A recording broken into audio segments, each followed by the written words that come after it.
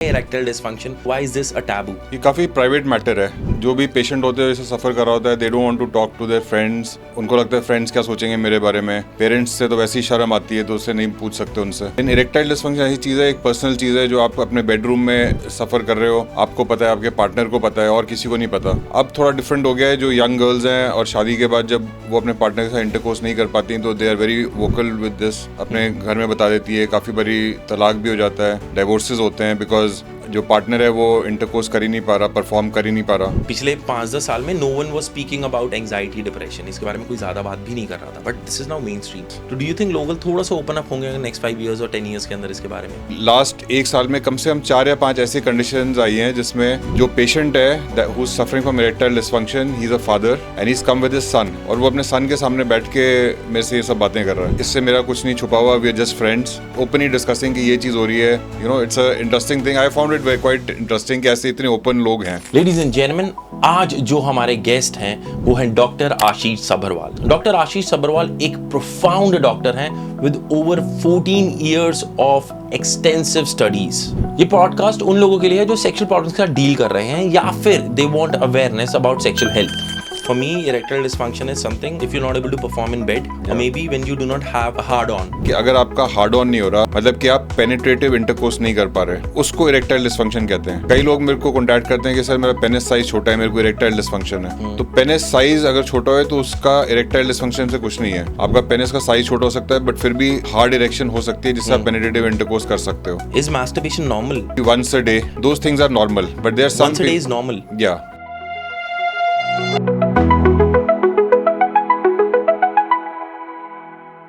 Ladies and gentleman, आज जो हमारे गेस्ट हैं वो हैं डॉक्टर आशीष सभरवाल। डॉक्टर आशीष सभरवाल एक प्रोफाउंड डॉक्टर हैं with over 14 years of extensive studies.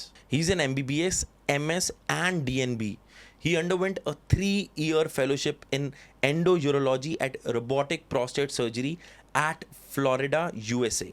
With all this profoundness, he is best in communication कि वो ना एक पेशेंट को वो तरीके से समझा सकते हैं कि उनको क्या प्रॉब्लम है, एंड वही वाइजनेस इस पॉडकास्ट में है। This podcast is for the people who are having sexual problems. ये पॉडकास्ट उन लोगों के लिए है जो सेक्सुअल प्रॉब्लम्स के साथ डील कर रहे हैं या फिर they want awareness about sexual health.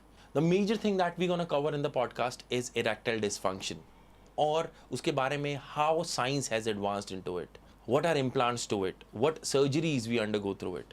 This podcast is full of knowledge and wisdom. ये podcast बहुत लोगों की हेल्प करने वाला है। Let's start the podcast, ladies and gentlemen. Hey, good morning, good evening, ladies and gentlemen. This is Pod with Nick, and I welcome you to the yet another episode. आज we're gonna talk about, people call it funny topic, but it is literally sensitive, and some people call it taboo as well. This is erectile dysfunction.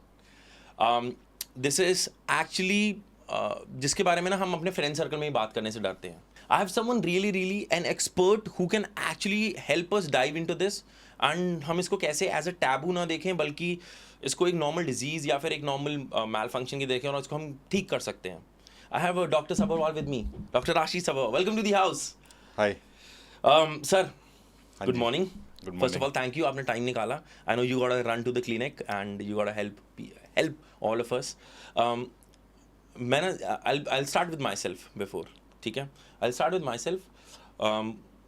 I was dating my girl and we got married. We got married and I never had this thought even कि there could something like this happen, right?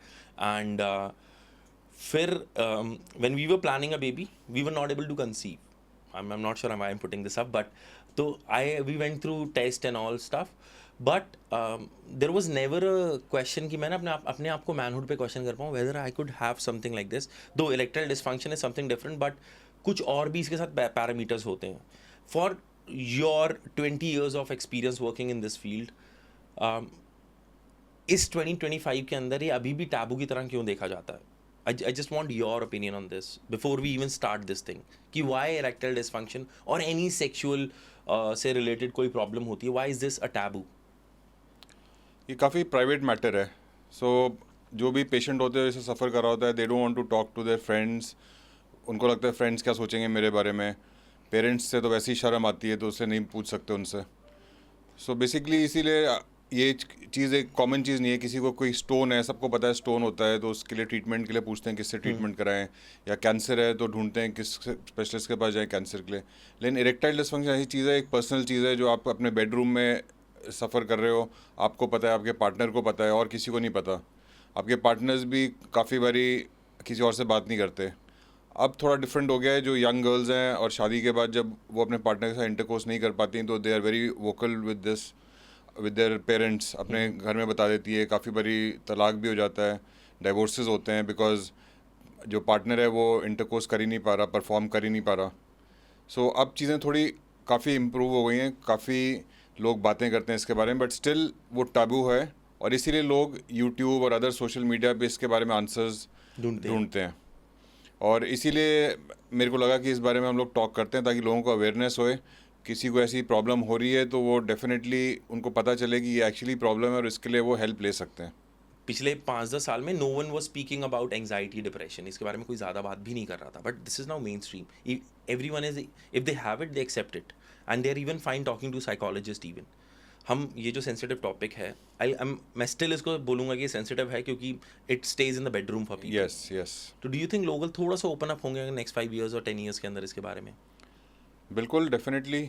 2011 से मैंने practice शुरू करी थी, और 2011 में जितने मैं पेशेंट्स देखता था और जितने ओपनली पेशेंट्स आते थे, उससे अभी आई वुड से कि अगर आप परसेंटेज में देखो तो ऑलमोस्ट 100% या even 200-300% number of patients have increased which come, और सीधा यही बोलते हैं मेरे को ये प्रॉब्लम है और इसका ट्रीटमेंट चाहिए।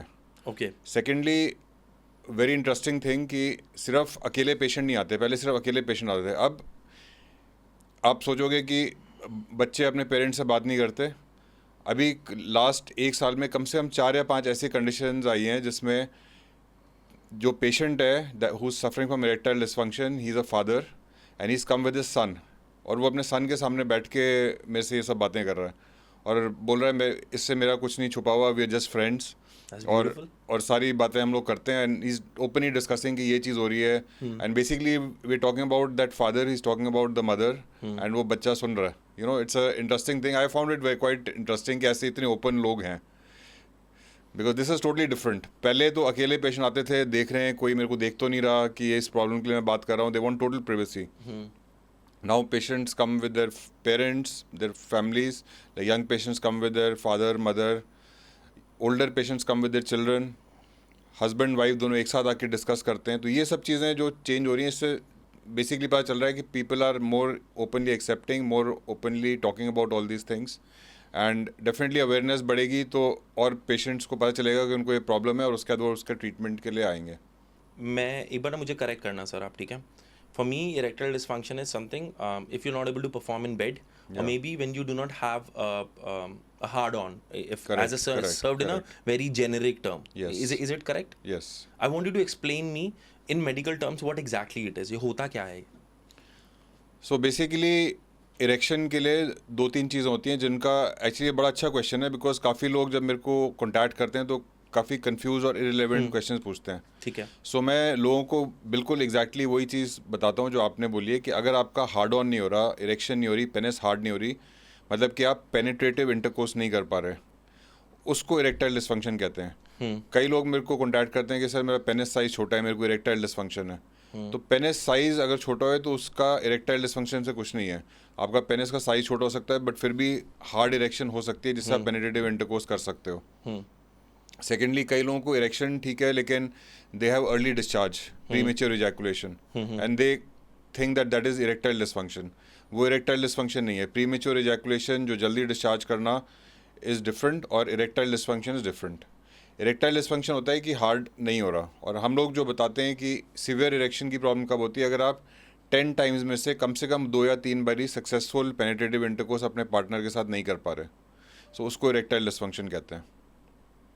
ओके। एंड आपने अपने ये आपने अपने ईयर्स ऑफ एक्सपीरियंस के अंदर is it increasing these days और इज इट द सेम? क्योंकि मैं लाइफस्टाइल चेंजेस देख रहा हूँ लोगों में।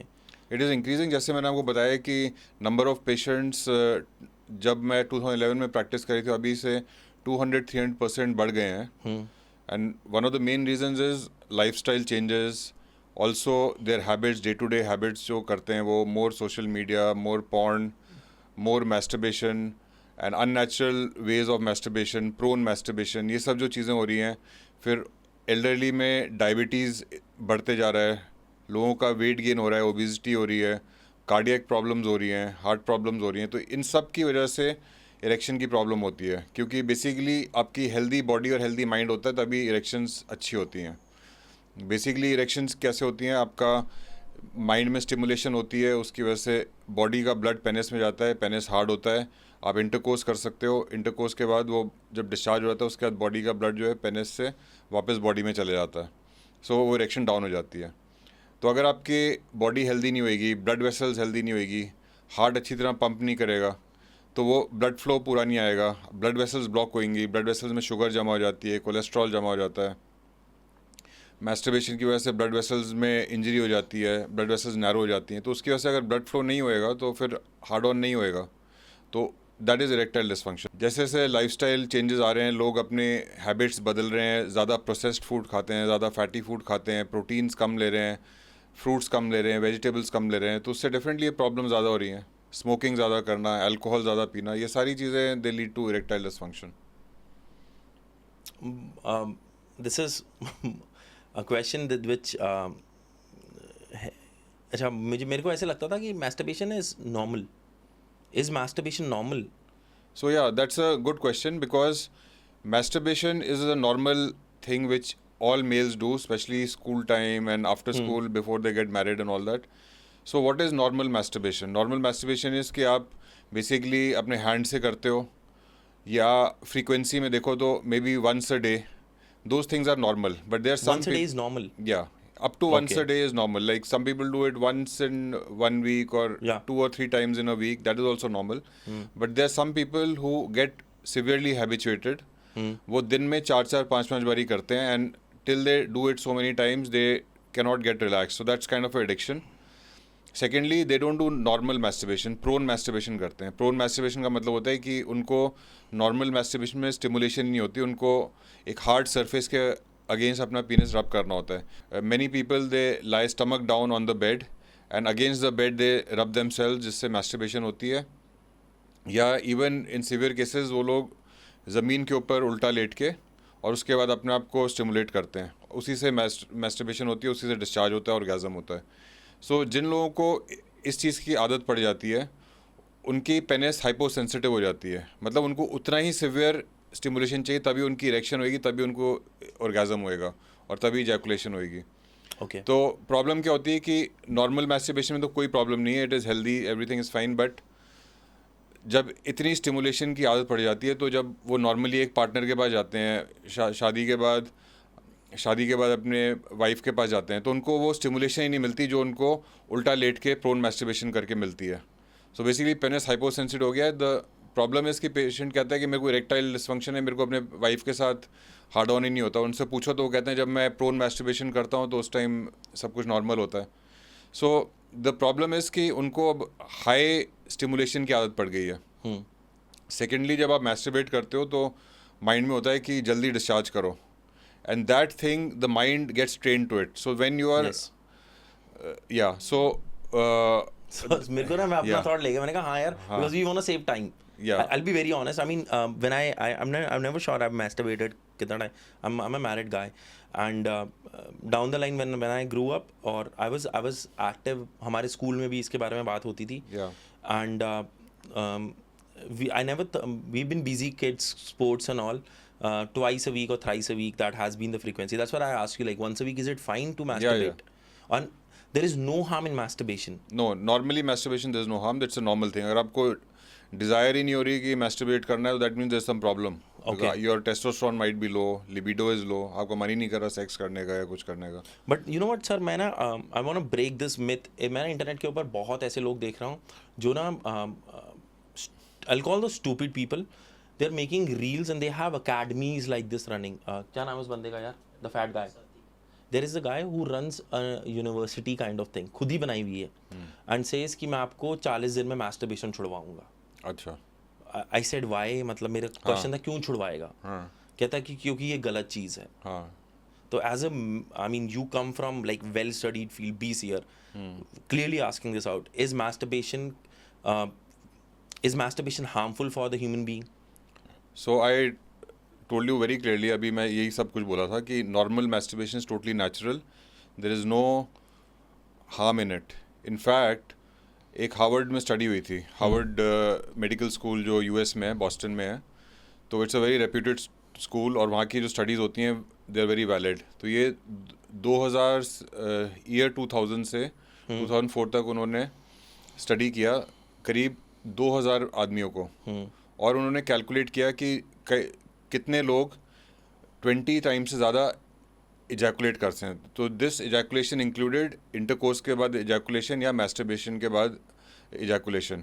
सो उन्होंने देखा कि जो लोग 20 टाइम्स से ज़्यादा इजैकुलेट करते हैं एक महीने में, they are prevented from prostate cancer, they are protected from prostate cancer also. So जो लोग जैसे 5 या 10 बारी कर रहे हैं और जो लोग 15-20 बारी या 25 बारी कर रहे हैं, they are more protected from prostate cancer as compare to somebody जो मैस्टरबेट कम करता है. और उनका उन्होंने लॉजिक ये दिया कि एक तो जितने भी सारे हार्मफुल प्रोडक्ट्स हैं प्रोस्टेट में, स्पर्म में, वो सारे जब हम मैस्टरबेट करते हैं वो सारे बाहर निकलते हैं, तो उससे जो टॉक्सिक केमिकल्स होते हैं जो कैंसर प्रोड्यूस करते हैं वो भी बाहर निकलते हैं. तो इसलिए रेगुलर मैस्टरबेशन या रेगुलर इजैकुलेशन जो है that is even preventing against prostate cancer. So it has got many benefits. So normally masturbation नहीं छोड़नी चाहिए. It is a normal thing. If you are not sexually active तो masturbation करनी चाहिए. Okay, but there is a proper way to do it. Number one, इनको the proper way is कि number one frequency, जैसे मैंने बताया up to 1 time a day is normal. Number 2 जो मैं बता रहा था कि लोगों के माइंड में होता है कि आपको जल्दी डिस्चार्ज करना है मैस्टरबेशन के टाइम पे, because when they are stimulating themselves तो ज़्यादा स्टिमुलेट हो जाते हैं, वो उनको लगता है जल्दी डिस्चार्ज करो, बट उससे माइंड ट्रेन हो जाता है जल्दी डिस्चार्ज करने के लिए. तो इसलिए जब आप अपने पार्टनर के पास जाते भी हो तो उस टाइम भी वही चीज़ आपके माइंड एक्ट करता है and you get discharge quickly. So काफ़ी लोगों को अर्ली इजैकुलेशन की प्रॉब्लम हो जाती है because of this masturbation habit. तो आप जब मैस्टरबेट करते हो तो आपको ऐसे करना चाहिए कि you train your mind that I am not going to ejaculate. और इसको मास्टर जॉनसन्स बड़े पॉपुलर सेक्सोलॉजिस्ट होते थे यूएस में बहुत साल पहले. सो उन्होंने ये टेक्निक बताई थी, स्टार्ट स्टॉप टेक्निक. सो आपको मैस्टरबेट जब करना होता है, एक तो माइंड में ये करना होता है कि आपको डिस्चार्ज नहीं करना है and keep on stimulating your self. Secondly, जब आपको डिस्चार्ज होने लगे तो you stop stimulating your self ताकि आपका पीनस डाउन हो जाए. फिर उसका डाउन होके 5-10 सेकेंड्स आप उसको डाउन ही रखो, उसका फिर स्टिमुलेट करना शुरू करो. ऐसे करके जब फिर पता चले कि अब डिस्चार्ज होने वाला है तो फिर अपने आप को स्टॉप कर दो. You increase your masturbation time up to 20 minutes. 20 minutes के बाद आप डिस्चार्ज कर सकते हो. दैट वे आपका माइंड भी ट्रेन हो जाएगा और यू विल रियलाइज़ कि आप अपने नॉर्मल इंटरकोर्स में भी आपका टाइमिंग बढ़ गई है.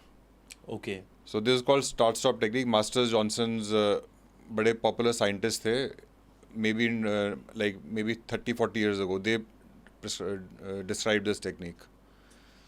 So helpful for you. Helpful for everybody. He's just not married, so इसको I need to find some scapegoat ना, तो मैं उसको ढूंढता हूँ बेचारे को. So एक तो टाइमिंग, एक ये, and then तरीका is normal masturbation is okay. That aggressive masturbation, lying flat on the ground and doing prone masturbation, that is absolutely no, because that causes problems. मैं ये चीज़ समझ गया, because that would actually decrease the sensitivity of your penis. Penis, yeah. Right? Now, is there a way to come back out of it? If someone has been doing that, is there a way to come back out of it? कि वो normal और sensitivity बढ़ा ले, then their sexual life can be normal. Yeah, so मेरे पास बहुत patients आते हैं with the same problem. It's a very nice question which you asked. क्या होता है कि पेशेंट को सबसे पहले तो समझाना है कि ये प्रॉब्लम है, because once they understand the problem they will try to overcome themselves. उसके लिए उसको भी समझाना होता है, उसके पार्टनर को भी. द वेज, एक तो आपको समझना है, so you should feel that मेरे को कुछ प्रॉब्लम नहीं है. क्योंकि क्या होता है, एक विशियस साइकिल हो जाता है, साइकोलॉजिकल ईडी हो जाता है. वो सोचते हैं मेरे को कुछ प्रॉब्लम है. जब आप सेक्स करने जाते हो तो उनको डर लग रहा होता है कि मैं सेक्स कर पाऊंगा कि नहीं, और उस डर में इतना स्ट्रेस हो जाता है माइंड में कि इरेक्शन डाउन हो जाता है. Obviously if you are very stressed you will not get an erection, right. So similarly उनको वो नेगेटिव, तो once they know that everything is normal, it is just because of this, तो काफ़ी लोग अपने माइंड को रिलैक्स करते हैं. Secondly, talk about this in front of the partners. So how the partners can help is कि partners थोड़ा ज़्यादा स्टिमुलेट कर सकते हैं, बिकॉज दे अंडरस्टैंड कि ज़्यादा स्टिमुलेशन होगी तो उससे वो वाला रिएक्शन, वो वाला स्टिमुलेशन आएगी, वो वाला मेंटल स्टेट आएगा जिससे they can have a proper intercourse. And then it is you should stop that type of masturbation. Porn masturbation absolutely stop कर दो. नॉर्मल मैस्टरबेट करो, या अभी थोड़े टाइम के लिए बिल्कुल मैस्टरबेट मत करो. You have a partner, you have intercourse with the partner, let the partner masturbate you. So all those things basically it's a couple counselling, जिससे पार्टनर को समझना चाहिए कि ये प्रॉब्लम है. And then if you are really having this problem, then there very many medicines भी दे सकते हैं जिससे थोड़ा हेल्प होए कि कम स्टिमुलेशन से ज़्यादा इरेक्शन हो जाए. Medicines which increase the blood flow to the penis, which make you more healthy. So we can give some medicine initially. जब मेडिसिन नहीं काम करती तो और भी ट्रीटमेंट्स हैं, but many times when they understand the problem and we are giving the medicine, तो उससे ठीक हो जाता है.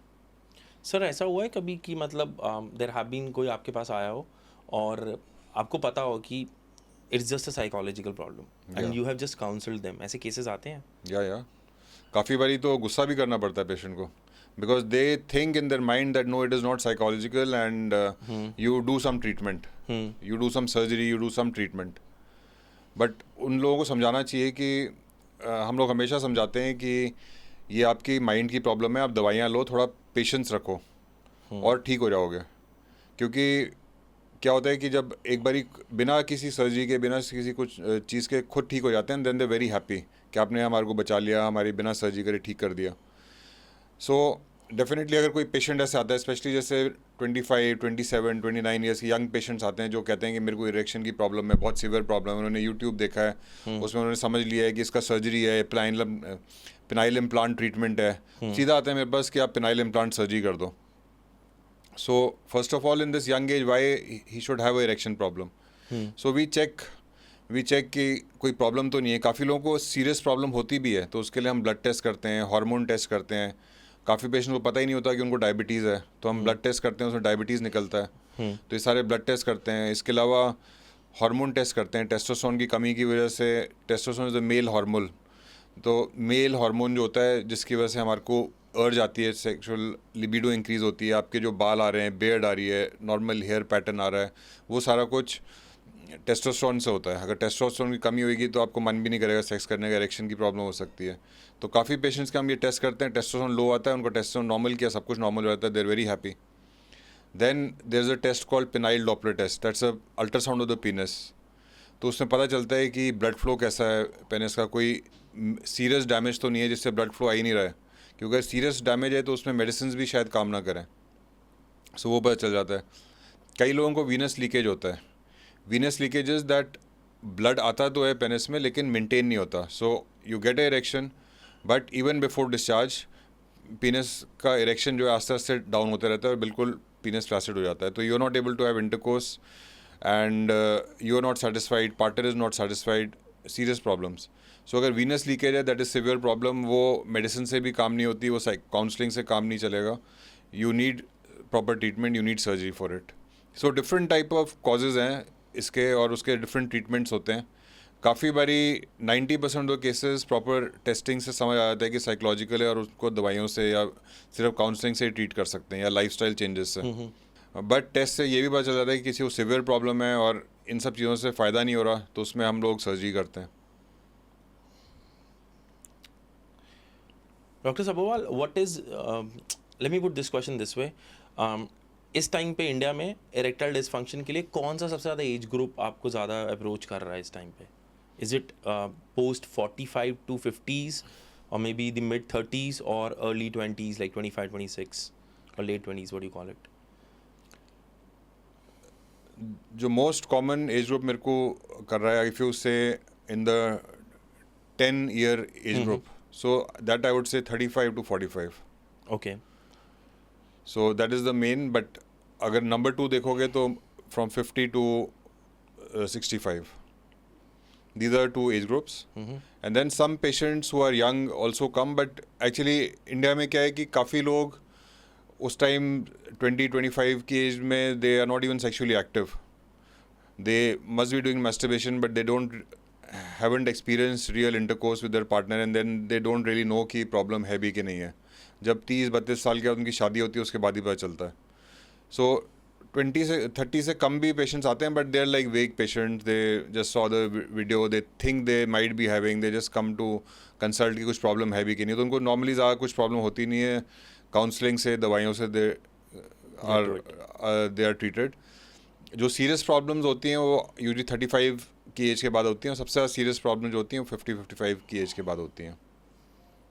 सो व्हाट इज मतलब as a I don't know, मैं ये क्वेश्चन एप्ट है पूछने के लिए, but this is more out of curiosity of mind कि what is the early age you feel like यार अ गर्ल और a boy can get into sexual intercourse, like what should be the early age? 18, 19 age पर medical? See, people get early. Legal age is 18, या सो 18 से पहले तो वैसे भी नहीं मैं रेकमेंड करूँगा किसी को करना चाहिए, सो 18 के बाद कर सकते हैं, why not. until I mean I'm not sure how the future holds, but till what age do you feel कि यार people are active, sexually active in the later age of life? 70s people are active in 70s? People are active even in 85-90. Really? Yeah. So the oldest person I treated, I actually did surgery on him, is 88 years old. And उसकी बड़ी interesting story थी. I want to hear that. So yeah, so he said that he is a teacher in Australia. अच्छा. Okay, he's staying alone. His children grew up. They have left him. They're carrying on with a normal life. He had his wife. Wife died of cancer. So now at 88 years, he's alone. Now he needs a companion. ठीक है, तो उसने अपने family में, he is a Gujarati staying in Australia, तो अपने गुजरात में सबको बोला है कि मेरे को अब शादी करनी है At the age of 88. At the age of 88। तो गुजरात में फैमिली बोल रही है कि आप 88 में क्यों शादी करना चाहते हो, तो उसका भाई बोल रहा है, तो वो कहता है मेरे को लोनलीनेस होती है, अगर आपको इतनी फिक्र है आप आके मेरे साथ रह लो, Very valid ठीक है ना, अगर आप रह लोगे मैं नहीं शादी करूँगा, आप नहीं रह सकते, मैं I need a partner. So now when he was getting for the partner, he was getting married, so when he was getting married the wife was definitely younger, so he wanted to have intercourse with her because this is one requirement for a happy married life, that you have to have a proper intercourse.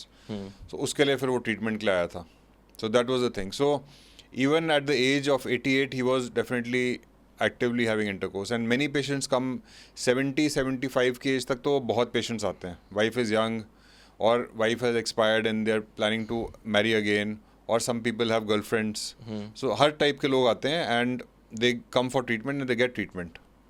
So if you're watching in the movies at the age of 75, if someone is bald and having golden earrings, it means he is successful. अच्छा, sir, what exactly you guys help us कि आप करते क्या हो? When I say करते क्या हो, it means I'm an engineer. तो मैं I just want to know you prescribe some medicines and how do you define कि यार इस इंसान को एक सर्जरी की तरफ जाना चाहिए? I want you to take an example of कोई ऐसा कोई केस हुआ है जहाँ पर आपको ऐसे लगा कि यार it has been the case, जो आप एज अ केस स्टडी भी समझाते हो या फिर आप अपने कभी मेडिकल ग्रुप में बैठकर बात करते हो, कुछ ऐसा कोई केस किस्सा आप हमें बताना चाहेंगे?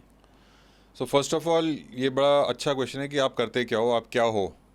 So basically this is why it is important is कि लोगों को समझना चाहिए कि इस चीज़ का स्पेशलिस्ट कौन है और प्रॉपर स्पेशलिस्ट के पास ही जाना चाहिए। ठीक है, ठीक है। सो बेसिकली इरेक्शन की प्रॉब्लम के लिए काफ़ी सारे सेक्सोलॉजिस्ट हैं। सेक्सोलॉजिस्ट क्या करते हैं, they are unqualified doctors, basically may be they are not even MBBS। MBBS एक बेसिक डिग्री है, जैसे इंजीनियरिंग की आपकी B Tech is a basic B Tech is the, तो कई लोग बीटेक का भी नहीं होंगे, लेकिन वो अगर आपको एरोप्लेन कैसे बनाते हैं या कुछ ऐसी जनरल चीज़ आपको बताएंगे यूट्यूब पे, तो आपको लगेगा ना कि ये बिल्कुल ही क्वैक है। तो सिमिलरली कई लोग MBBS डॉक्टर भी नहीं होते, फिर भी वो अपना वीडियो बनाते हैं कि ये चीज़ है, ये चीज़ है, लोग बहुत फॉलो करते हैं क्योंकि वो खुद भी लेमैन है, लेमैन की लैंग्वेज बोलते हैं, उनको वो आइडेंटिफाई होता है, बट वो लॉजिकल चीज़ नहीं है। जैसे आपने बताया कि कोई यूनिवर्सिटी चला रहा है जिसमें लोगों को मैस्टरबेशन छुड़वा रहा है। अरविंद मेरा साथी करके है, दैट गाय रनिंग 40 दिन का कैंपेन की, तुम मुझे पैसे दो और मैं तुम्हें छुड़वाऊंगा। हाँ, I mean as if like कोई बंदा मैरिजुआना फूक रहा है और कह रहा है मैं तुम्हें इससे मुक्त कराऊंगा। But this is not marijuana, so it is nothing harmful for the body. तो सेक्सोलॉजिस्ट होते हैं, कई लोग अपने आप को सेल्फ प्रोक्लेम्ड एंड्रोलॉजिस्ट बोलते हैं, या कई लोग प्लास्टिक सर्जन होते हैं जो ये सब चीज़ें ट्रीट कर रहे हैं, वो लोग इस चीज़ के स्पेशलिस्ट नहीं होते। मैंने जैसे MBBS एक बेसिक डिग्री करी, उसके बाद जनरल सर्जरी में ट्रेनिंग करी, MS जनरल सर्जरी करी, उसके बाद फिर मैंने सुपर स्पेशलिटी यूरोलॉजी में करी, diplomat of natural board DNB urology करी। उसके बाद मैंने 3 साल endo urology robotic surgery fellowship करी। US गया था मैं, यूनिवर्सिटी ऑफ मियामी में, 2008 to 2011। तो उन 3 साल में मैंने स्पेशली सारी मेंस हेल्थ की चीज़ें, उसकी ट्रीटमेंट जब यहाँ पे इंडिया में होती भी नहीं थी उस टाइम मैंने वहाँ पे ट्रेनिंग करी थी। एक तो जैसे मैंने बताया प्रोस्टेट कैंसर के लिए रोबोटिक सर्जरी, और मेंस हेल्थ से रिलेटेड इरेक्टाइल डिस्फंक्शन के लिए हम लोग मेडिसिन देते हैं। मेडिसिन के अलावा थेरेपीज़ भी होती हैं, shock wave therapy, P shot, injections होते हैं, पिनाइल इंजेक्शन जिसको ट्राइमिक्स इंजेक्शन बोलते हैं। इसके अलावा पिनाइल इम्प्लांट सर्जरी। सो पहले मेडिसिन होती हैं, नहीं तो बाकी चीज़ें होती हैं, और कुछ भी काम ना करे तो सर्जरी होता है। तो वो सारी ट्रीटमेंट्स मैं करता हूँ। ये जो क्वैक्स होते हैं ये या तो आयुर्वेदिक दवाइयाँ देंगे। मेरे पास एक आयुर्वेदिक डॉक्टर आया था ये सर्जरी कराने, और उसने बोला कि जो सबसे कॉमन दवाइयाँ, उसी ने मेरे को बताया, मेरे को पता भी नहीं था, और उसने अपनी इंटरव्यू भी दी थी मेरे चैनल पे, अगर आप देखेंगे तो उसने बताया था ये जो शिलाजीत और अश्वगंधा होती हैं, ये people many time they take for increasing sexual power, but ये सेक्सुअल पावर बढ़ाने के लिए नहीं है, इरेक्टाइल डिस्फंक्शन, ये जनरली बॉडी को स्ट्रॉन्ग करने के लिए और जनरली बॉडी के हेल्थ के लिए हैं। सो एक्चुअली शिलाजीत और अश्वगंधा या और भी कोई आयुर्वेदिक मेडिसिन है ही नहीं इरेक्टाइल डिस्फंक्शन ट्रीटमेंट के लिए। Doctor Ashish, this question might sound you little awkward पूछने में, मेरे को भी पूछने में ऑकवर्ड लग रहा है। So who should reach doctor Ashish and why? I mean कि इरेक्टाइल डिस्फंक्शन है, या फिर व्हाट ऑल पैरामीटर्स की एक होता है ना कि एक लाइन चलती है, जैसे if someone falls sick he goes to a physician and then he guides down the line कि यार तुम्हें स्पेशलाइज के पास जाओ। But who is doctor Ashish and who should reach you? Okay, so देखिए क्या होता है कि जब आपको प्रॉब्लम है, ये बहुत डिफरेंट चीज़ है, इरेक्टाइल डिस्फंक्शन बहुत डिफरेंट चीज़ है। जब पेशेंट को कैंसर होता है तो कैंसर में क्या होता है, पेशेंट ने टेस्ट कराया, उसमें कोई अल्ट्रासाउंड में ट्यूमर आया, CT स्कैन में ट्यूमर आया, कोई ब्लड टेस्ट से रिलेटेड हुआ, तो डॉक्टर बताता है सर आपको कैंसर है। तो वो कहते हैं शायद ये भी बोलें कि मेरे को तो कोई सिम्टम नहीं है या मेरे को ज़्यादा प्रॉब्लम नहीं, लेकिन डॉक्टर कहता है कि कैंसर है और आपको ट्रीटमेंट करना चाहिए। ऐसे ही किसी को प्रेगनेंसी हो गई तो पता है कि ट्रीटमेंट करना चाहिए, दिख रहा है सबको। Erectile dysfunction something very secret, ये बेडरूम की प्रॉब्लम है। आप कितने सक्सेसफुल हो बेड में वो आपको पता है, आपके पार्टनर को पता है। वो चीज़ आप ही को बतानी है, आप ही को असेस करनी है आपको प्रॉब्लम है कि नहीं है। अगर आपको लग रहा है कि प्रॉब्लम है तो वो प्रॉब्लम है। अगर आपको लग रहा है कि नहीं प्रॉब्लम नहीं है, सब कुछ काम चल रहा है, तो फिर चल रहा है। आपको मैं बोलूँ कि आपको इरेक्टाइल डिस्फंक्शन है और आप बोलो नहीं मैं तो ठीक हूँ, मैं खुश हूँ, मेरी फैमिली खुश है, मेरी वाइफ खुश है, मैं खुश हूँ, आप क्या बोल रहे हो? ऐसा कोई पैरामीटर नहीं होता कि मैं बोलूँ कि इतना ग्रेड है इरेक्टाइल डिस्फंक्शन का। लेकिन पेशेंट्स मेरे पास आते हैं कि सीधा मेरे को कि सर्जरी कर दो, तो ऑब्वियसली उनको प्रॉब्लम हो रही है, कोई बैठे बैठे तो नहीं बोलेगा कि मेरे को सर्जरी करनी है। सो ये चीज़ पेशेंट को खुद डिसाइड करनी चाहिए कि अगर आपको इरेक्शन की प्रॉब्लम हो रही है, आप सेटिस्फैक्टरीली अपने पार्टनर के साथ सेक्स नहीं कर पा रहे, तो आपको प्रॉब्लम हो रही है, आपको पार्टनर को प्रॉब्लम हो रही है और आप उसका ट्रीटमेंट कराना चाहते हो। देखिए इरेक्शन की प्रॉब्लम से आपकी जान नहीं जाएगी, कोई कैंसर नहीं है कि आप मर जाओगे। लेकिन कई लोग होते हैं उनको इरेक्शन की प्रॉब्लम से डिप्रेशन होता है, नींद नहीं आती, सोशली विड्रॉ हो जाते हैं, कॉन्फिडेंस का लॉस हो जाता है, कई लोग काम करना छोड़ते हैं, अपनी जॉब छोड़ देते हैं, सीवियर केसेस में वाइफ के साथ डाइवोर्स भी हो जाता है। तो काफ़ी सारे साइड इफ़ेक्ट हो भी सकते हैं इसके। अगर आपको ये सब प्रॉब्लम्स हो रही हैं, आपको लग रहा है कि इरेक्शन की प्रॉब्लम है, इसी की वजह से सारी प्रॉब्लम्स हो रही हैं, तो डेफिनेटली आपको ट्रीटमेंट के लिए आना चाहिए। How many years have you spent studying all this? So total almost 14 years, because 5 years का MBBS था, उसके बाद 3 साल की सर्जरी ट्रेनिंग थी, उसके बाद 3 साल की यूरोलॉजी ट्रेनिंग थी, तो 5 + 3 8 + 3 11, एंड देन 3 ईयर्स मैं US में था, endo urology robotic surgery fellowship करा, तो 14 ईयर्स। सो 14 ईयर्स मैंने ट्रेनिंग करी थी, एंड उस ट्रेनिंग में सबसे पहले तो जनरल ट्रेनिंग कर रहा था और स्पेशलिटी यूरोलॉजी की जिसका मैं स्पेशलिस्ट हूँ, और प्रोस्टेट कैंसर की ट्रेनिंग, रोबोटिक सर्जरी की, मेंस हेल्थ की ट्रेनिंग, इरेक्शन की प्रॉब्लम जिनको हो रही है उसके लिए सारी मेडिसिन्स और therapies, treatment, surgeries, phenyl enlargement की ट्रीटमेंट और अर्ली इजैकुलेशन की ट्रीटमेंट, किडनी स्टोन्स की ट्रीटमेंट, ये सारे ट्रीटमेंट्स की ट्रेनिंग मैंने इन 5-6 साल में, लास्ट 5-6 साल में करी थी। बट अगर आप टोटल टाइम स्पैन सोचो तो 14 साल। You just spent 14 years studying सिर्फ पढ़ाई पे, हाँ, and I ask this question just to reflect on people that आपको ना blindly नहीं जाना कि आप जिसको follow कर रहे हो ना for certain patterns जो social media influencers बन के बैठे हैं talking about your sex health, men's health, तो you need a specialist in life. Yeah. That's the reason I asked you for this. Yeah, especially for erectile dysfunction, काफ़ी सारे unqualified doctors जैसे quacks होते हैं या even some Quacks is a very nice word for those Yeah. people, but I'll say that जो ढोंगी होते हैं. ढोंगी होते हैं ढोंगी होते हैं Quacks because ना word बड़ा हाँ. clean लग रहा था मुझे. तो ढोंगी मतलब बेसिकली क्या उसको बोलते हैं, उन्होंने जैसे मैंने 14 साल की ट्रेनिंग करी है ऐसे स्पेशलिस्ट ट्रेनिंग करी है, उन्होंने मैक्सिमम 2-3 साल की ट्रेनिंग करी होगी किसी डॉक्टर के अंडर काम करके ये सब चीज़ें शुरू कर दी हैं.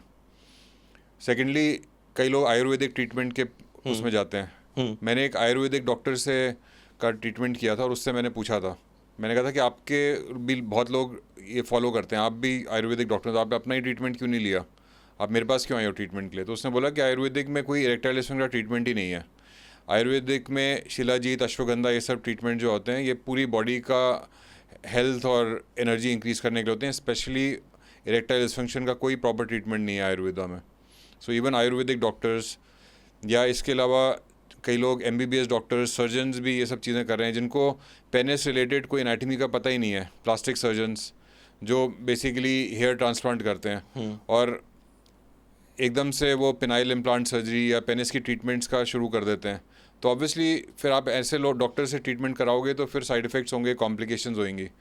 तो आपको स्पेशलिस्ट अगर प्रॉब्लम है इस चीज़ की, स्पेशलिस्ट यूरोलॉजिस्ट जो है जिसने सर्जरी की ट्रेनिंग करी है, सर्जरी के बाद 3 साल यूरोलॉजी की ट्रेनिंग करी है. यूरोलॉजी की ट्रेनिंग MCH होती है या DNB होती है, डिप्लोमेट ऑफ नेशनल बोर्ड, ये दोनों ट्रेनिंग्स होती हैं.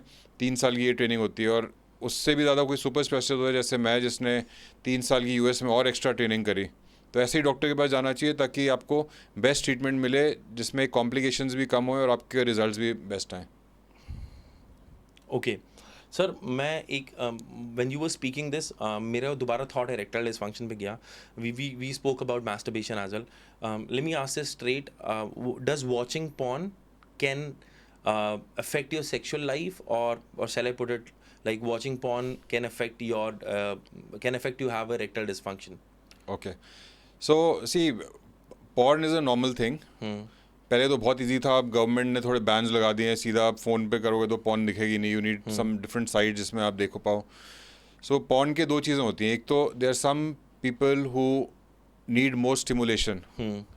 सो डेफिनेटली वो और उसके पार्टनर एक साथ बैठ के पॉर्न देख सकते हैं, get themselves stimulated and have a good intercourse. There is no problem with watching porn. But problem क्या हो रही है आजकल, young patients like 20-25 years old, they are watching porn. Porn देख के उनको अनरियलिस्टिक एक्सपेक्टेशंस हो गई हैं. When they see the male in the porn movie who has a 6-inch or 8-inch long penis, they think that that's a normal thing, and if I have a 4.5-5-inch penis, that is not normal.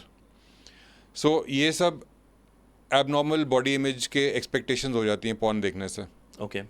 Normal patients को पता होना चाहिए normal क्या होता है. Normal phenyl size specially Indian population का 4 to 5.5 inches होता है. सो किसी का भी 4 inch से 5.5 inches तक है तो that is good enough length for erect length, जिससे आप अच्छा इंटरकोर्स अपने पार्टनर के साथ कर सकते हो.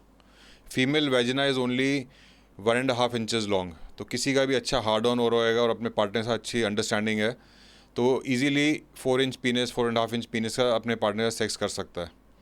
तो एक तो पॉर्न देखने से आपको एबनॉर्मल बॉडी इमेज होती है. लोग कहते हैं मेरे को पॉर्न जैसा 8-inch 9-inch पीनस चाहिए, वो आपको नहीं मिल रहा तो वो डिप्रेस हो जाते हैं, उनको लगता है कि मेरे को प्रॉब्लम है. दूसरा, दे वांट दैट 2 hours तक कंटिन्यूसली इंटरकोर्स होते रहे. जो पॉर्न में वो दिखाते हैं वो तो आर्टिफिशियल दिखाते हैं, लेकिन वैसी चीज़ रियलिटी में नहीं होती. If somebody is having a normal intercourse for 2 or 3 minutes also, that is normal अगर आपको और आपके पार्टनर को सेटिस्फेक्शन है. But patients are not satisfied, उनको लगता है पॉर्न में तो मैं 1 घंटा देख रहा हूँ और यहाँ पे मेरे को सिर्फ 2-3 मिनट में इंटरकोर्स हो गया. सो ये सब चीज़ें पॉर्न से मिसकंसेप्शन हो जाते हैं जिसकी वजह से पेशेंट्स को प्रॉब्लम होती है, वो डिप्रेस हो जाते हैं, उनको लगता है उनको प्रॉब्लम है और एक बारी माइंड में चढ़ गया कि मेरे को प्रॉब्लम है तो हमेशा सोचते रहते हैं उस चीज़ के बारे में and then they start having a problem. Otherwise porn देखने में ऐसा कोई साइड इफेक्ट नहीं है. सर मुझे ना एक चीज़ समझाना कि इज इरेक्टाइल डिसफंक्शन डेडली? आपने एक तो चीज़ क्लियर की कि ये doesn't take your life, it's not life threatening, but what are the मतलब क्या वर्स्ट केस सिनेरियोज हो सकते हैं इसके? सो हर टाइप के मेरे पेशेंट्स आते हैं, ठीक है। एक मेरे पास पेशेंट आया कि मेरे को इरेक्शन की प्रॉब्लम हो रही है, कहीं ये कैंसर तो नहीं है। उनको इरेक्शन की प्रॉब्लम हो रही है, उससे कोई मतलब नहीं है। वो कहता है कि मैं वैसे भी अब मेरी लाइफ हो गई है, आई am not interested in intercourse, हम लोग रिलीजन में चले गए हैं, मेरी वाइफ भी ज़्यादा इंटरेस्टेड नहीं है, हमने इंटरकोर्स कर लिया, बच्चे भी हो गए, बच्चे भी बड़े हो गए हैं, वी आर ओके। बट मेरे को ये देखना है कि इसका कोई साइड इफ़ेक्ट तो नहीं है। तो अगर किसी को माइंड में कोई प्रॉब्लम नहीं हो रही, दे आर कंफर्टेबल कि वो सेक्स नहीं कर रहे, तो इसमें कोई साइड इफ़ेक्ट नहीं है। ऐसा नहीं है कि सिर्फ इरेक्टाइल डिसफंक्शन होने से जान चली जाएगी, वैसा कुछ नहीं है। But there are other type of people also who for them erection, having erection is very very important. वो कहते हैं अगर मेरा इरेक्शन नहीं होगा तो I am not a man, I want to have intercourse, मेरा वाइफ है, मेरे को उसको सेटिस्फाई करना है। वो नहीं कहती, लेकिन फिर भी मेरे को पता है कि she wants it, she needs it, so I want to be good to her. और I have a girlfriend, whenever I go there I am not able to have intercourse, I love her very much, I want to have proper intercourse with her. तो ऐसे भी patient आते हैं जिनको erection की problem हो रही है और उनको उससे डिस्कम्फर्ट हो रहा है। डिस्कम्फर्ट क्या मतलब है कि वो सेक्स करना चाहते हैं, सेक्स नहीं कर पा रहे। तो एक तो उसी की वजह से एक मेंटल एंग्जाइटी होती है कि मैं सेक्स नहीं कर पा रहा, मैं क्यों नॉर्मल नहीं हूँ, 20 साल पहले मैं बिल्कुल नॉर्मल था, अब नहीं हूँ, मेरे को ऐसे करना है, ये सब मेरे साथ क्यों हो रहा है।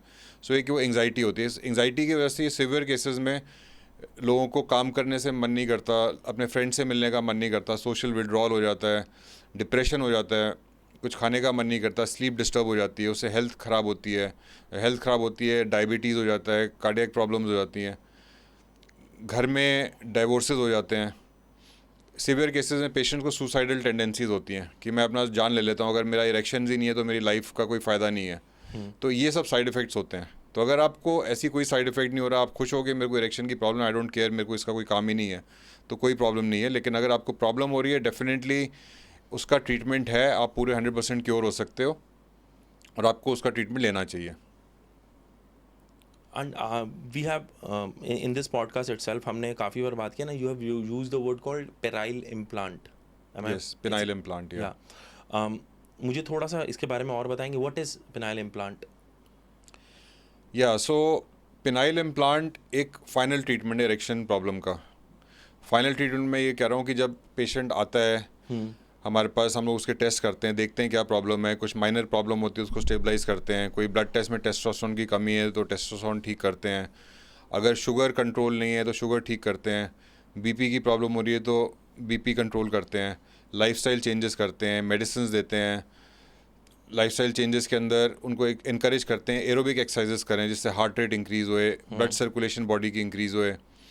इसके अलावा अल्कोहल अवॉइड करो, स्मोकिंग अवॉइड करो, क्योंकि इससे भी माइंड थोड़ा डल होता है, स्टिमुलेशन पेनिस में कम पहुंचती है, बॉडी में कम पहुंचती है।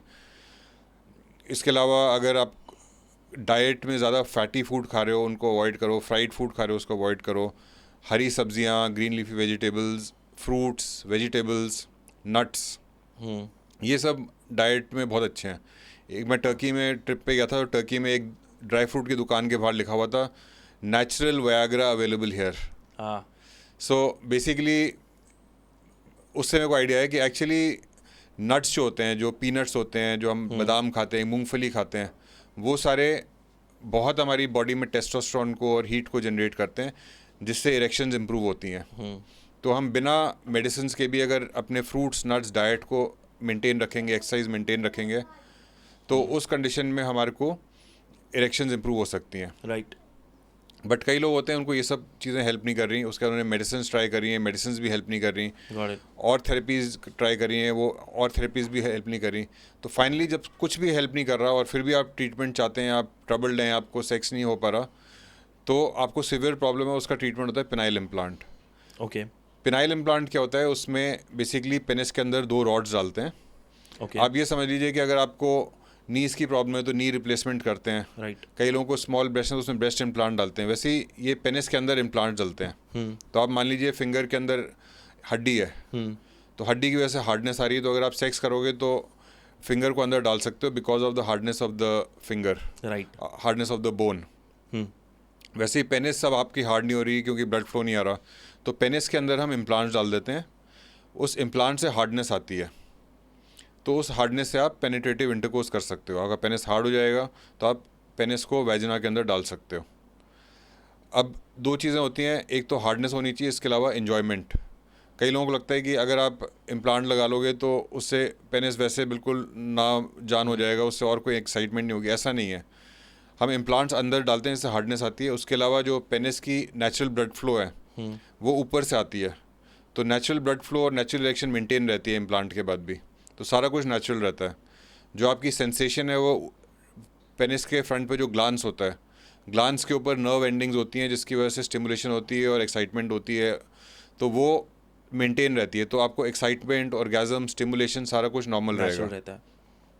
जो इम्प्लांट जहाँ पे डालते हैं और यूरिन का रास्ता है वो अलग होता है, ओके। तो यूरिन करने में और सीमेंट डिस्चार्ज करने में इम्प्लांट के बाद कोई प्रॉब्लम नहीं होती।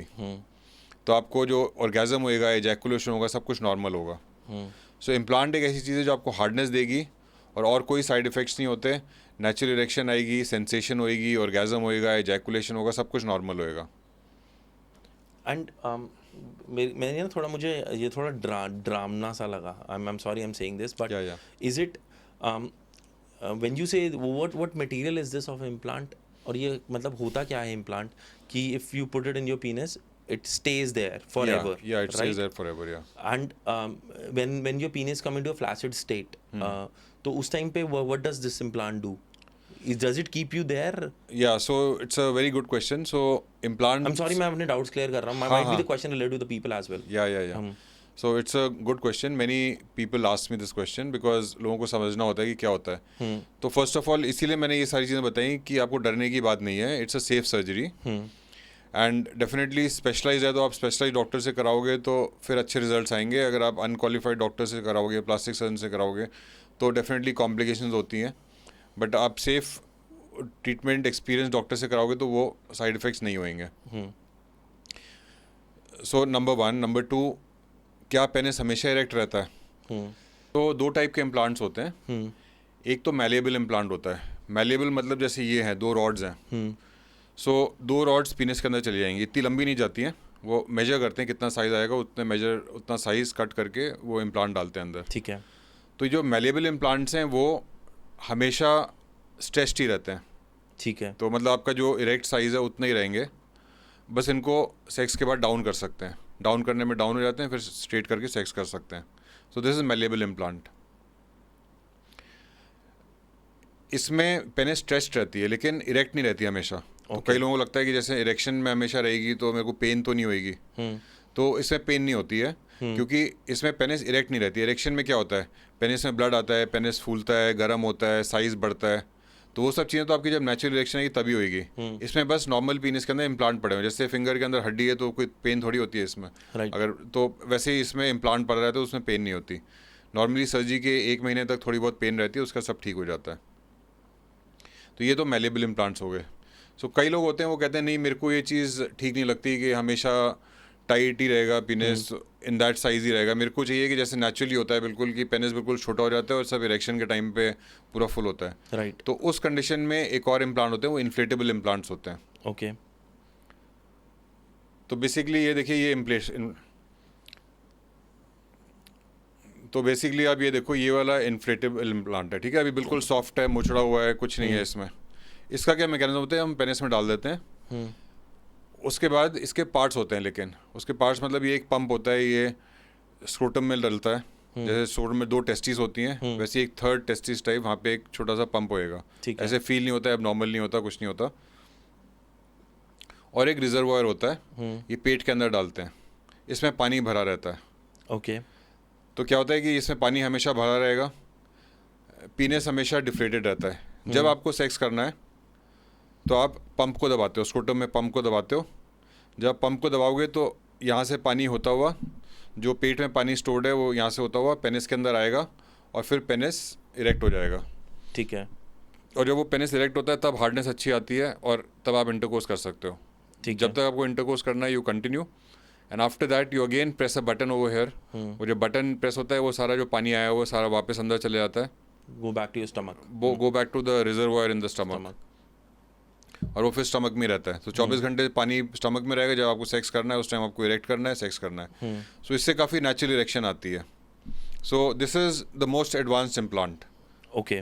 This is called the 3-piece inflatable implant. 3-piece inflatable. Inflatable क्योंकि ये इन्फ्लेट हो रहा है ना. वो वाला तो मेलेबल है, अप डाउन किया मेलेबल है. ये वाला इन्फ्लेटेबल मतलब कि इन्फ्लेट कर सकते हैं, इरेक्ट कर सकते हैं और सेक्स करने का उसको डाउन कर सकते हैं. And this is on the patient's choice. कि या उसको कैसे जाना है. या दोनों इम्प्लांट्स कर सकते हैं.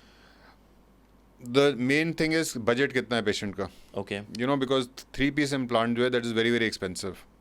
Okay, when you say very very expensive, just on a ballpark number. So ball park number is, अगर हम सिर्फ इम्प्लांट की बात करें so it is almost 7.5 lakh rupees just for the implant. Okay. Surgery cost और वो सब अलग होती है, ठीक है. बट सिर्फ इम्प्लांट की कॉस्ट 7.5 लाख रुपीज़ है.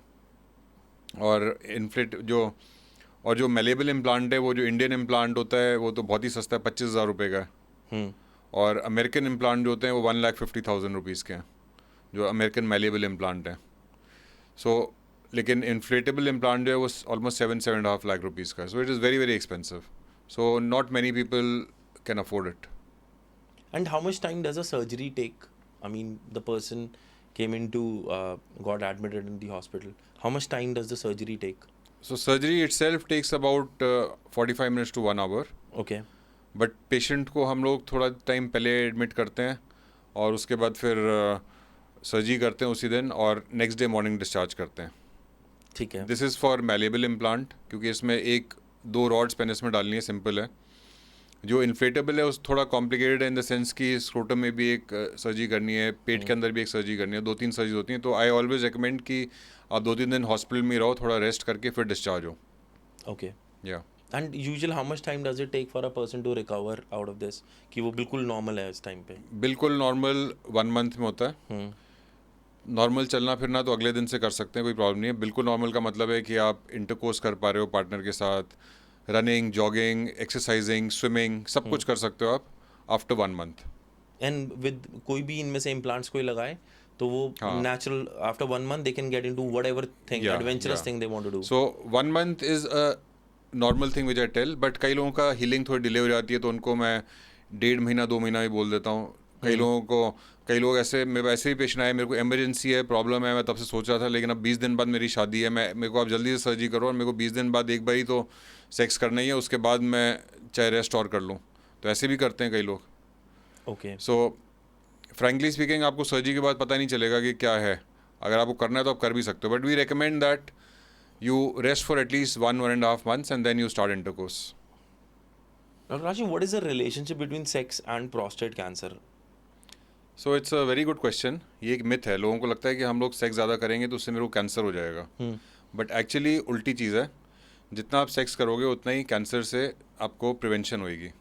Okay. जितना आप सेक्स करोगे, हेल्दी माइंड होता है, हेल्दी बॉडी होती है, आप हर डिजीज़ से आप प्रिवेंट होगे. कई लोगों को डिप्रेशन होता है, कई लोगों को कार्डियक प्रॉब्लम्स होती हैं. And when they have intercourse overall body happy होती है, बॉडी में एंडोर्फिन्स रिलीज होते हैं और उसकी वजह से सारी बॉडी की फंक्शनिंग बेटर होती है. हार्वर्ड बिजनेस स्कूल में एक स्टडी हुई थी, हार्वर्ड मेडिकल स्कूल में एक स्टडी हुई थी. उसके अंदर उन्होंने 2000 पेशेंट्स को लिया जिनका उन्होंने चेक किया कि वो एक महीने में कितनी बारी इजैकुलेट करते थे. इजैकुलेशन मीन्स कि कितनी बारी या तो सेक्स करते थे या मैस्टरबेशन. और उन्होंने देखा कि जो लोग 21 टाइम से ज़्यादा मैस्टरबेट या सेक्स करते थे, बेसिकली मोर देन 21 टाइम से ज़्यादा इजैकुलेट करते थे एक महीने में, they were prevented from prostate cancer as compare to जिन लोगों को सेक्स की फ्रीक्वेंसी, एजैकुलेशन की फ्रीक्वेंसी सिर्फ 5-7 बारी थी पूरे महीने में. सो जिन लोगों की सेक्स की फ्रीक्वेंसी कम थी उनको प्रोस्टेट कैंसर ज़्यादा होता था और जिनको सेक्स की फ्रीक्वेंसी ज़्यादा थी उनको प्रोस्टेट कैंसर कम हुआ. और उनका इन्होंने रीज़न ये दिया कि जब हम सेक्स करते हैं, इजैकुलेट करते हैं, तो उसमें जितने भी सीमन के अंदर, बॉडी के अंदर हार्मफुल केमिकल्स होते हैं वो सारे सीमन के थ्रू बाहर निकलते हैं, जिससे हमारी बॉडी थोड़ी प्यूरिफाई होती है और उससे कैंसर प्रिवेंट होता है. Okay. And आजकल how many cases are you seeing of prostate cancer? Prostate cancer males में सबसे कॉमन कैंसर है. Okay. जैसे ब्रेस्ट कैंसर फीमेल्स में कॉमन है, आदमी में प्रोस्टेट कैंसर कॉमन है. अगर आपको जनरल बॉल पार्क फिगर बताऊंगा, अगर जनरल पॉपुलेशन में आप रैंडमली 50 साल की उम्र के बाद 20 आदमियों का PA से टेस्ट करोगे, प्रोस्टेट कैंसर का टेस्ट होता है, 20 में से एक को प्रोस्टेट कैंसर होगा. इतना कॉमन है प्रोस्टेट कैंसर. जितना ब्रेस्ट कैंसर कॉमन है उससे ज़्यादा प्रोस्टेट कैंसर कॉमन है। इसके कोई सिम्टम्स हैं, अगर कोई बंदा देख रहा है वीडियो और वो चेक कर पाए कि या कुछ बॉडी में सिम्टम्स हैं कि वो जाके फिर वो टेस्ट कराए? अर्ली प्रोस्टेट कैंसर के सिम्टम्स नहीं होते, तो हमेशा रिकमेंडेड है कि 50 साल की उम्र के बाद आपको अवेयरनेस होना बहुत ज़रूरी है कि प्रोस्टेट कैंसर हो सकता है। ठीक तो है। आपको 50 साल की उम्र के बाद PSA टेस्ट होता है, खून की जाँच होती है PSA, वो वाला टेस्ट करना चाहिए, और अगर वो एलिवेटेड होए तो डेफिनेटली वो प्रोस्टेट कैंसर का सिम्टम हो सकता है, और उसके लिए आपको आगे अपने यूरोलॉजिस्ट से मिलना चाहिए।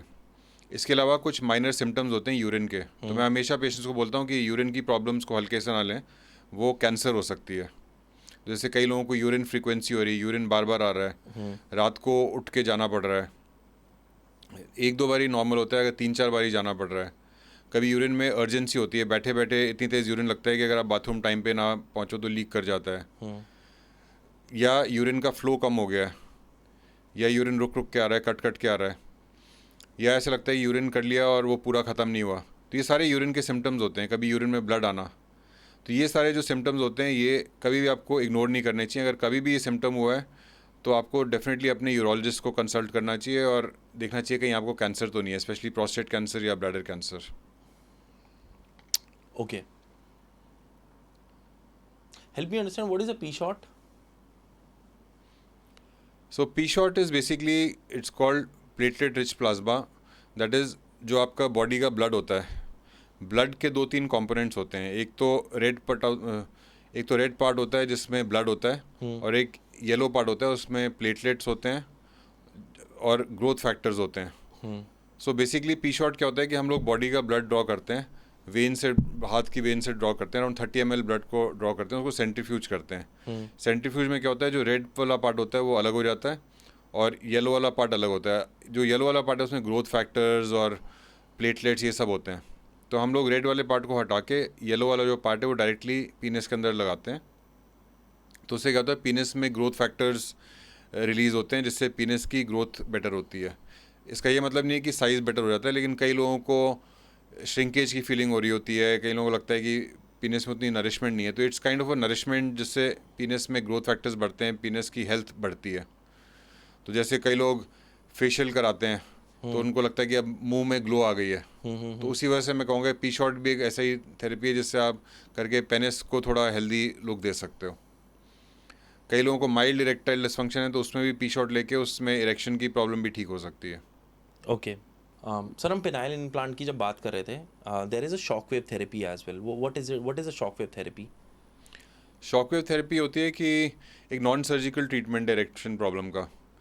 तो जैसे मैंने बताया कि ब्लड फ्लो की प्रॉब्लम होती है, जब पेनिस में ब्लड पूरा नहीं पहुंचता तो उससे फिर इरेक्शन नहीं होती ठीक से, इससे इरेक्शन की प्रॉब्लम होती है। तो शॉक वेव थेरेपी होती है, अल्ट्रासाउंड वेव्स हम लोग पेनिस के ऊपर और पेरिनियम में लगाते हैं। तो उन अल्ट्रासाउंड वेव्स से न्यू ब्लड वेसल्स ग्रो होती हैं, ओके, और उससे फिर जब न्यू ब्लड वेसल्स होती हैं उससे ब्लड फ्लो बेटर होता है, उससे इरेक्शंस बेटर होती हैं। अब ये जो P-shot है और शॉक वेव थेरेपी है, they are not FDA approved therapies, okay, मतलब they are not standard therapies. ये ट्रायल की हैं, इनमें कोई स्टैंडर्डाइज्ड वो नहीं है। जैसे कई पेशेंट सीधा पूछते हुए आते हैं कि सर मेरे को आप P-shot लगा दो या मेरे को शॉक वेव थेरेपी, तो मैं उनको बोलता हूँ आप बोल रहे हो तो मैं लगा रहा हूँ, I have not recommended you. So what that means is कि इसकी कोई गारंटी नहीं होती ट्रीटमेंट की। आपको माइल्ड प्रॉब्लम है तो उसमें आप लगा लो, उससे हो सकता है चीज़ ठीक हो जाए। लेकिन स्टडी जो करी हुई है, डेटा है कि इरेक्शन प्रॉब्लम के लिए P-shot से कितने लोग ठीक हुए, तो उसकी कोई स्टैंडर्ड गाइडलाइंस नहीं है, कोई स्टैंडर्ड गारंटी नहीं है कि आप ज़रूर ठीक हो जाओगे। सो आप ट्राई करना चाहते हो अपनी पेनाइल हेल्थ को इम्प्रूव करने के लिए तो ज़रूर ट्राई करो, बट आपको सिवियर इरेक्शन प्रॉब्लम उससे P-shot से और शॉक थेरेपी से कंट्रोल होगी कि नहीं होगी उसका कोई गारंटी नहीं है। Okay, and there is this called Tembrix injection, Trimix injection, या what is Trimix injection? So Trimix injection भी एक स्टैंडर्ड ट्रीटमेंट है इरेक्शन प्रॉब्लम के लिए। सो जैसे हम ब्लड फ्लो की अल्टीमेटली प्रॉब्लम होती है, हम मेडिसिन लेते हैं, मेडिसिन भी बॉडी का ब्लड फ्लो बढ़ाती हैं और पेनिस में ब्लड फ्लो बढ़ा के इरेक्शन लेके आती है, लेकिन वो हम एक तो मुंह से ले रहे हैं तो उसमें बॉडी के काफ़ी साइड इफ़ेक्ट्स होते हैं। कई लोगों को दवाइयों से हेडेक होती है, कई लोगों का फेस रेड हो जाता है, आइज़ रेड हो जाती हैं, कि कई लोगों का पेट ख़राब हो जाता है, कई लोगों को जॉइंट पेन्स होती हैं, बैक एक होती है। तो ये सब साइड इफ़ेक्ट्स होते हैं दवाइयों के, ओरल टैबलेट से। कई लोगों को दवाइयाँ कॉन्ट्राइंडिकेटेड है, जैसे हार्ट डिजीज़ पेशेंट्स हैं उसमें दवाइयाँ सेफ़ नहीं है, उसमें हार्ट अटैक कर सकती हैं। तो जिन लोगों को मेडिसिन काम नहीं कर रही हैं या मेडिसिन के साइड इफेक्ट हो रहे हैं, तो एक और जो स्टैंडर्ड ट्रीटमेंट है, जैसे मैंने बताया पी शॉट और शॉक वेव स्टैंडर्ड ट्रीटमेंट्स नहीं है, लेकिन ट्राइमिक्स भी एक standard FDA approved, US FDA approved treatment है। AUA गाइडलाइन जो इरेक्टाइल डिस्फंक्शन उसमें मेंशन है कि ये एक थेरेपी है जिससे फ़ायदा होता है। तो इसमें पेनिस में डायरेक्टली इंजेक्शन लगाते हैं, बहुत पतली नीडल होती है इंसुलिन सिरिंज की, जिससे कोई पेन नहीं होती है, और उससे दवाई डालते हैं पेनिस में। इस इंजेक्शन में ट्राइमिक्स में 3 दवाइयाँ होती हैं, पेपावरीन, क्लोरप्रोमाजीन और एलप्रोस्टेटिल। तो ये दवाइयाँ जब पेनिस में जाती हैं तो पेनिस का लोकली ब्लड फ्लो बढ़ाती हैं, इससे बॉडी में कोई साइड इफेक्ट नहीं होता। तो जब वो ब्लड फ्लो बढ़ेगा तो इमीडिएटली इरेक्शन होगी और उससे पेशेंट सेक्स कर सकता है। तो ये एक परमानेंट ट्रीटमेंट नहीं है। But how many times a person can take this injection? या so this is not a permanent treatment. ये आप, अगर आपको इंजेक्शन से फ़ायदा हो रहा है तो आप जब भी आपको सेक्स करना है आपको ये लगा के सेक्स करना है। और हाँ, और एक हफ्ते में 3 बारी से ज़्यादा नहीं लगा सकते, with a gap of at least 1 day. तो मतलब अगर आपको डेली भी सेक्स करना है तो आप सिर्फ मंडे, वेडनेसडे और फ्राइडे को ही इंजेक्शन लगाओगे, और एक दिन में 2 बारी तो बिल्कुल नहीं लगाना चाहिए। और वो क्यों नहीं लगाना चाहिए कि ओवर डोजेज से जो क्या होता है, ओवर डोसेज से अगर ज़्यादा डोज चली जाएगी तो ज़्यादा ब्लड फ्लो आ जाता है, तो उससे प्राइपिज्म का डर है। प्राइपिज्म मतलब कि इरेक्शन आ गई और वो डाउन ही नहीं हुई। ओके। सो उस कंडीशन में फिर ज़्यादा प्रॉब्लम हो सकती है, उसमें फिर इंजेक्शन लगा के दवाइयाँ डाल के पेनिस को डाउन करना पड़ता है। अगर आप नॉर्मल डोसेज में ट्राइमिक्स लगाओगे तो नॉर्मली सेक्स कर पाओगे, सेक्स करोगे उसका इजैकुलेशन के बाद पेनिस डाउन हो जाएगा। लेकिन ओवर डोसेज में इजैकुलेशन के बाद भी पेनिस डाउन नहीं होएगा, उसको प्राइपिज्म कहते हैं। Doctor Sabharwal, as we have come to the end of the podcast, अगर किसी को कुछ भी डाउट है इसके अंदर तो where should they find you, where should they reach you? So basically अगर किसी को पर्सनली मिलना है तो मैं दिल्ली में हूँ। काफ़ी लोग जैसे हैदराबाद से, कर्नाटका से मेरे को कॉन्टैक्ट करते हैं, आप कहाँ से हो? So number 1, I am in new Delhi, India. और ईजी है यहाँ पे आना, बाय फ्लाइट और by train, very easy connectivity. Delhi में मैं 2 हॉस्पिटल से कनेक्टेड हूँ। फर्स्ट अपोलो हॉस्पिटल, और मेरी एक प्राइवेट क्लिनिक है blue ribbon prostate clinic. So Apollo hospital new Delhi, जो दिल्ली का सबसे बड़ा हॉस्पिटल है, best hospital, that's where I consult people. या तो अपनी जो क्लिनिक है ब्लू रिबन प्रोस्टेट क्लिनिक, वो भी न्यू दिल्ली में ही है। और अगर कोई मेरे से डायरेक्टली ऑनलाइन कंसल्ट करना चाहते हैं तो आप मेरे को ईमेल कर सकते हो या व्हाट्सएप कर सकते हो। ईमेल एड्रेस और व्हाट्सएप नंबर डिस्क्रिप्शन में दिया हुआ है। परफेक्ट। अच्छा, what I'm gonna do is guys, I'm gonna put everything where अगर आपको कभी रीच करना डॉक्टर को तो what you can do is आप डिस्क्रिप्शन में जाओ, it's his email address, his phone number is there, you can contact him and get your consultation. Sir, this is what the podcast was about, but एक random question है, I mean if we can cut this out as well. I've seen this, Muslims get they C-section done. तो उनके तो already वो चीज़ sensitivity loose कर जाती होगी? नहीं। सो सर्कमसिजन कराने के बहुत फ़ायदे हैं। It is a good ritual कि बचपन में ही कर देते हैं। ओके। क्योंकि सर्कमसिजन से क्या होता है कि एक तो आगे की स्किन चली जाती है, तो इट्स ईजियर टू क्लीन। सो जो भी इन्फेक्शंस हैं, STDs हैं, वो सब जो सर्कमसाइज लोग हैं उनको कम होती हैं as compare to people with circumcision. Secondly, कई लोगों का टाइट फोर स्किन होती है जो पीछे जाती नहीं है, तो उससे इंटरकोर्स करने में प्रॉब्लम हो सकती है, इन्फेक्शन हो सकती है, ब्लीडिंग हो सकती है जब सेक्स करते हैं। तो पैराफाइमोसिस होता है कि स्किन पीछे चली जाती है, वापस आती नहीं है। तो ये सारी प्रॉब्लम अगर आगे की स्किन होए तो उससे होती है। नेक्स्ट आपने जो बताया सेंसिटिविटी कम होती है, तो देखिए क्या होता है कि जब आपका स्किन हमेशा अंदर रहती है, स्किन होती है तो पेनिस अंदर रहता है, कभी भी एक्सपोज नहीं है। तो जब आप इंटरकोर्स करते हो तो स्किन इज़ हाइपर सेंसिटिव, तो कई लोगों को जल्दी इजैकुलेट हो जाता है और प्रीमेच्योर इजैकुलेशन की प्रॉब्लम होती है because of tight four skin and tight frenulum. But जो लोग सर्कमसाइज होते हैं तो उनको क्या होता है, पेनिस हमेशा कपड़ों से लगते रहता है, ग्लांस हमेशा कपड़ों से लगता रहता है, उससे सेंसिटिविटी थोड़ी कम होती है। थोड़ी कम का ये मतलब नहीं कि उनको प्रॉब्लम हो जाती है, बल्कि उनका नॉर्मल इंटरकोर्स में टाइमिंग इंक्रीज होती है। तो आजकल मेरे पास काफ़ी पेशेंट्स ऐसे आ रहे हैं जिनको कोई प्रॉब्लम नहीं है पेनिस में, and they just come for cosmetic circumcision कि माय पार्टनर लाइक्स की स्किन कम होनी चाहिए या मेरे को टाइमिंग थोड़ी बढ़ानी है तो उसके लिए मेरे को सर्कमसिजन करनी है। सो ये सब चीज़ें, तो सर्कमसिजन के फ़ायदे ही हैं, कोई नुकसान नहीं है। स्किन नहीं होने के फ़ायदे हैं। जो आप कह रहे हो कि मुस्लिम्स में स्किन नहीं होती, कोई प्रॉब्लम होती है, नहीं, उससे फ़ायदे ही होते हैं। Because I couldn't ask this question to a scientific person who really comes from this background. Yeah. ठीक है. It's a good question. You have any questions? You good? ठीक है. Guys, this was a little conversation. I'll not call this कि हमने ऐसे बैठ के बहुत गहराइयों में डीप गए हैं, but we got that profound understanding of what exactly it is. If you guys are actually falling for it, कि तुम्हें लग रहा है कि यार there is some problem with you, or you really feel कि मुझे consult करना चाहिए, you know where to reach. The links are in the description box. आप वहाँ जाके देख सकते हैं. This is from this podcast. My name is Nikhil. I had Dr. Sabharwal with me. We're gonna sign out and we're gonna see you in some other episodes. Adios, ladies and gentlemen.